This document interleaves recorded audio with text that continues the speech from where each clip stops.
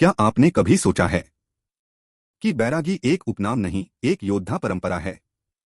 वो परंपरा जो पूजा और पराक्रम दोनों में माहिर थी। वो परंपरा जिसने समाज, धर्म और आत्मसम्मान की रक्षा के लिए जाति, गोत्र और गृहस्थी तक का त्याग कर दिया। आज हम आपको एक ऐसे समुदाय की कहानी सुनाने जा रहे हैं जिसे इतिहास की किताबों में जगह कम मिली, लेकिन जिसने इतिहास बनाया बहुत कुछ है।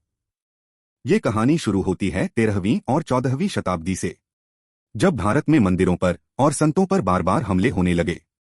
बदलते दौर में जब असुरक्षा बढ़ी, तो संतों ने तपस्वी के साथ साथ रक्षक बनने का निर्णय लिया। हथियार उठाए गए, अखाड़े बने, और इसी में जन्म हुआ वैरागी सेना का। जिन संतों ने वैष्णव मार्ग को अपनाया, उन्होंने बने वैरागी। जिन्होंने ज्ञान और युद्ध दोनों को साधा। पर वैरागी बनना आसान नहीं था।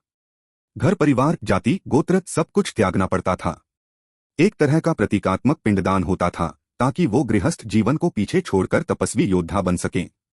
धीरे धीरे जब ऐसे त्यागी लोग कम होने लगे, तो वैरागी अखाड़ों ने एक नया मॉडल शुरू किया, जहां लोग गृहस्थ जीवन में रहते हुए भी धर्म की रक्षा के लिए तैयार रहें। हरियाणा जैसे क्षेत्रों में ये परंपरा बहुत तेजी से फैली, और वहां मित्र वैरागी के नाम से पहचान बनी। धीरे धीरे समाज में दो तरह के वैरागी दिखने लगे। वो जो पहले से गृहस्थी में थे और धर्मरक्षक बने, वो जो पूर्ण संन्यास लेकर अखाड़ों से जुड़े। हरियाणा में 80% वैरागी जाटों से बने। वहीं ब्राह्मण, राजपूत और पंजाबी समाज के लोग भी इनमें शामिल हुए।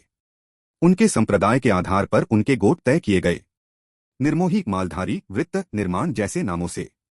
19वीं सदी में जब अंग्रेजों ने भारत पर प्रशासनिक नियंत्रण मजबूत किया, तो ऐसे अखाड़ों को अस्थिरता का कारण मानते हुए प्रतिबंधित कर दिया। पर तब तक ये वैरागी समाज अपने मूल समाज से अलग हो चुका था। अब ना वो अपने पुराने जातीय ढांचे में लौट सकते थे, और ना अखाड़े पहले जैसे रह गए थे। 1882 में अंग्रेजों ने गोसाई और वैरागी को आधिकारिक जाति का दर्जा दिया, और इस तरह से बैरागी जाति का औपचारिक निर्माण हुआ। यानी जिस बैरागी को आप जाति मानते हैं, वो दरअसल एक धार्मिक योद्धा आंदोलन था।